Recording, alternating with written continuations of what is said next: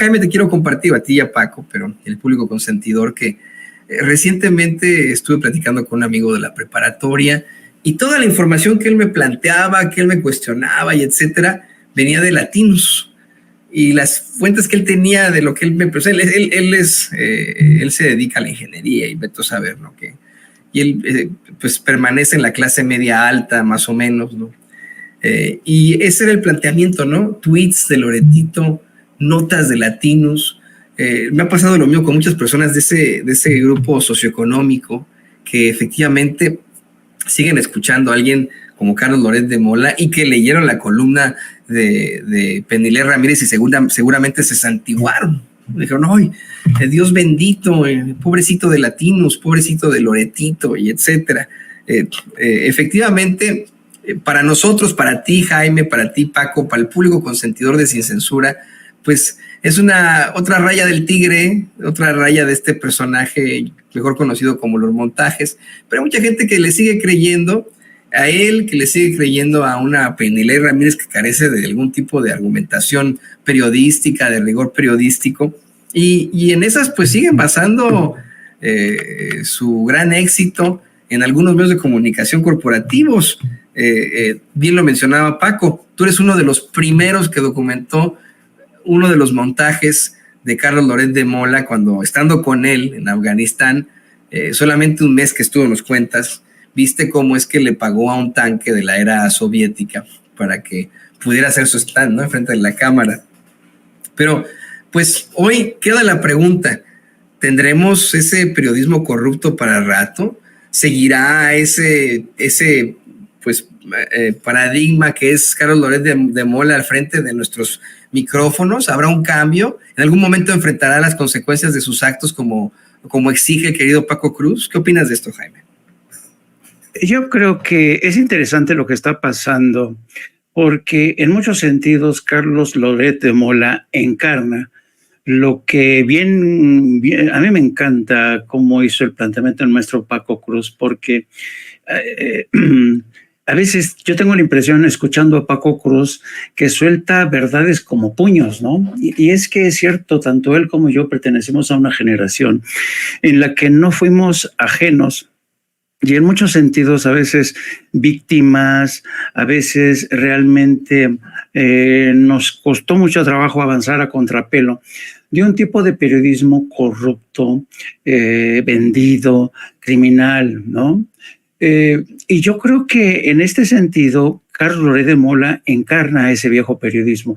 Y es irónico, ¿no? Es paradójico que un periodista que es mucho más joven que nosotros, que Paco y yo, precisamente sea el epítome de ese periodismo tramposo, marrullero, ¿no? Pero es interesante que ahora, porque ayer fue Penilei Ramírez, ¿no?, con su columna, pero la semana pasada fue Raimundo Rivapalacio, quien salió en defensa de Loret de Mola, y acusando precisamente al gobierno de López Obrador de ir en contra.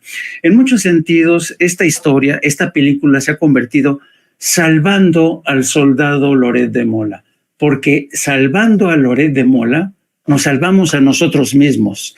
Raimundo, Penilei, Reforma, El Universal, todos estos corruptos que durante décadas estuvieron ahí beneficiándose de un oficio tan noble y poniéndose al servicio de políticos, ladrones, de corporaciones criminales.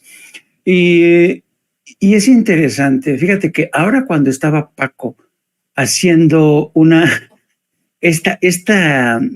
los nombres de los horribles, como les digo yo, cuando habla de Víctor Payán, cuando habla, y yo pongo Fernando Meraz, Víctor Payán, Enrique Lubet, Raimundo Rivapalacio, todos estos, ten en cuenta que yo formé parte de la redacción del viejo Excelsior, en la que tú entrabas a los baños de Excelsior y veías como un Fernando Meraz estaba poniéndose cocaína en los baños, o un Víctor Payán estaba con él.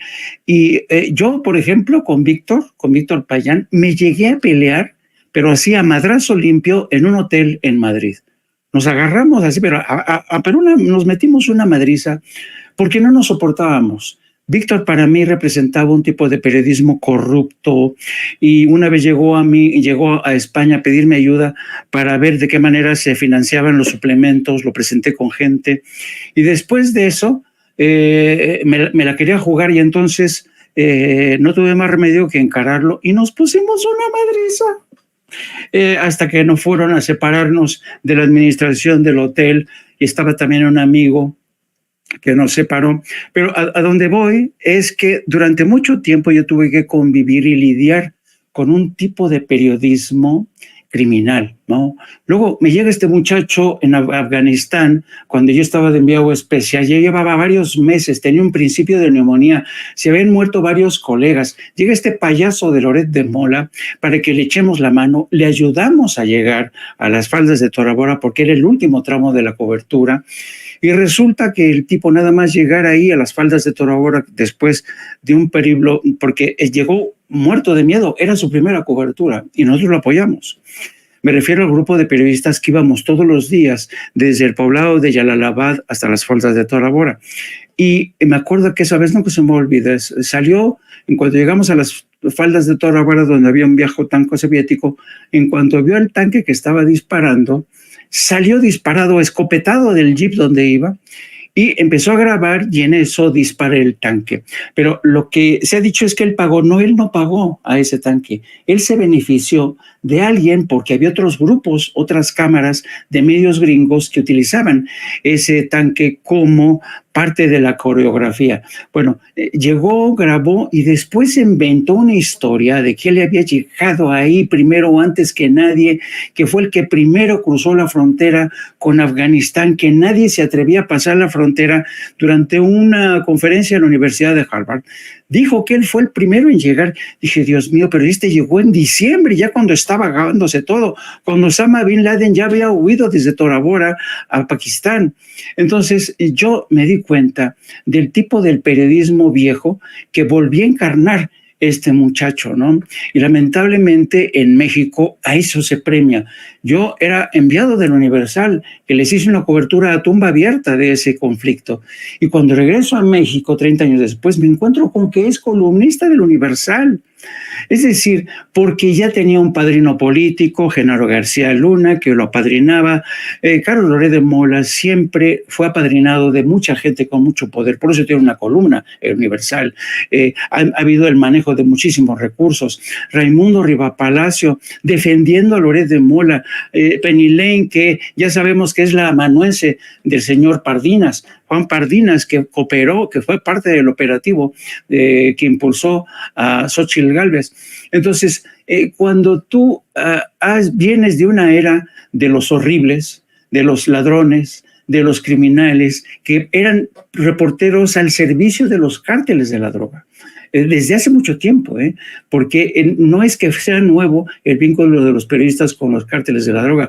Desde que yo era reportero en Excelsior, te estoy hablando desde hace más de 40, casi 50 años, ya había una alianza entre los cárteles y algunos reporteros, o el crimen organizado, como era el caso de Víctor Payán, porque Arturo el Negro de Razo estaba al frente de una organización criminal como jefe de la policía del departamento en aquel entonces del Distrito Federal.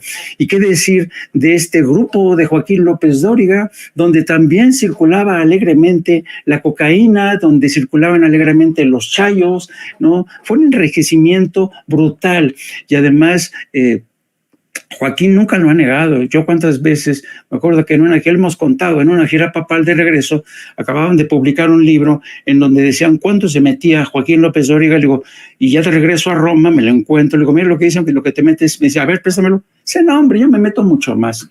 Era ese tipo de periodistas cínicos, ladrones, y son este tipo de periodistas que han pervivido en México.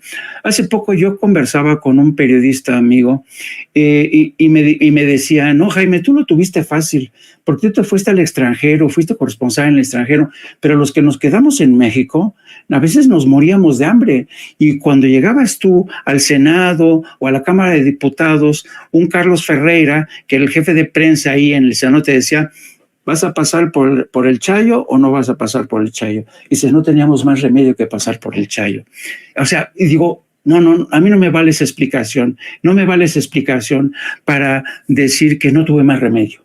Y hay prueba de esto. Ahí están personajes como Francisco Cruz, que soportó, porque Francisco Cruz, yo por eso lo admiro tanto, porque él vivió la misma etapa que yo. Sí, yo estuve en el extranjero, y Paco también estuvo saliendo y entrando, y él conoce bien esa cultura de la tan perniciosa, tan corrosiva del periodismo corrupto. Y es una tristeza que a estas alturas todavía haya gente que crea que Carlos Loret de Mola es un periodista independiente, honesto, y que crean que Penny Lane, que está al servicio de un tipo como Juan Pardinas, está defendiendo a Loret de Mola, y Raimundo Riva Palacio, que se ha convertido en empresario, también están defendiendo la libertad de expresión, cuando lo que están defendiendo es un modus vivendi. Han hecho del periodismo un negocio execrable, ¿no? Yo siempre me remito al término en griego de la palabra demosiografus. Demosiografus en griego significa el cronista del pueblo, demos, pueblo, grafus, el que escribe del pueblo. Yo soy un demosiógrafo, yo me debo al pueblo. Yo no soy un periodista al servicio del gran capital. Yo no soy un periodista al servicio de un partido político. Yo no soy un periodista, no, yo soy un periodista en la medida que puedo independiente, porque hasta Bob Dylan decía que ni siquiera los pájaros son independientes porque permanecen encadenados al cielo, queridos amigos. Qué bonito último pensamiento de Bob Dylan. Pues sí, efectivamente, hay tanto que revisar en cuanto a lo que ha sido este periodismo criminal, que bien lo mencionas, no hay mejor forma de plantearlo, y es terrible que hayan sido las nuevas generaciones las que pues encabecen ese viejo periodismo corrupto, vendido y criminal, como tú dices, Jaime. La verdad es que yo creo que lo vemos más fuerte y más duro gracias a que tenemos las redes sociales. De no ser por las redes sociales, alguien como Carlos Loret de Mola se mantendría impune. Seguiría siendo, vamos, el hombre medios, le seguirían entregando todos los micrófonos en todas partes, y ahí sí tendría muchísima más credibilidad que otros. Y gracias a estas redes sociales podemos hacer mucho, podemos buscar esa verdad con justicia por gente como ustedes dos, queridos compañeros. Pero bueno, precisamente en este trajín de las redes sociales, en esta pues nueva ola de información, una nueva ola de comunicación,